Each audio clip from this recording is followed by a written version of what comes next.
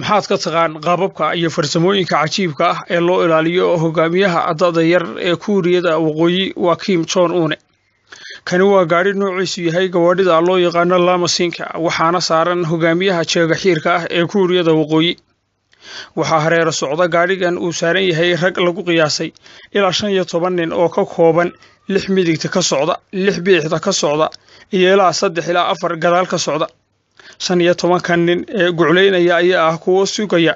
amniga hogaamiyaha kuwaasi oo ah rag tababar buuxa ku qaba sida loo ilaaliyo loona sugo amniga madaxda gaar ahaan hogaamiyaha Kuuriyada Waqooyi.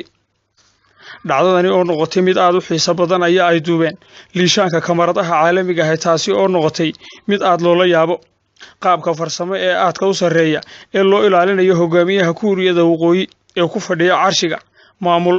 ee uu ka dhaxalsaday aabihii awowgii oo ahaa asaasihii jamhuuriyadda ciidamada kacaanka waqooyiga Kuuriya. dhacdadan ayaa la duubay xilli uu hogaamiyaha Kuuriyada Waqooyi waa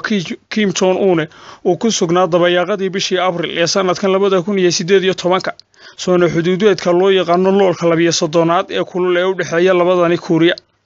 kaasi oo loo aqoonsaday xuduudda adduunka ugu khatarta badan ee u dhaxaysa laba dawladood oo kamid ah wadamada caalamka.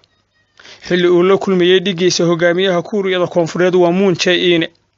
si ay u wada saxeexaan heshiiska loogu magac daray heshiiskii qarniga ee dhawaan wada gaadheen labada Kuuriya iyadoo uu labada hogaamiye mid waliba masharafada u qaatay sidii uu beeri lahaa waxa loogu yeero geedka nabadda kaasi oo mid walba magaciisa dusha kaga qoran yahay macnaheeduna tahay inay wada saxeexaan heshiis horseeda nabad wada noolaansho iyo iskaashi dhaqan dhaqaale oo dhex mara labada Kuuriya.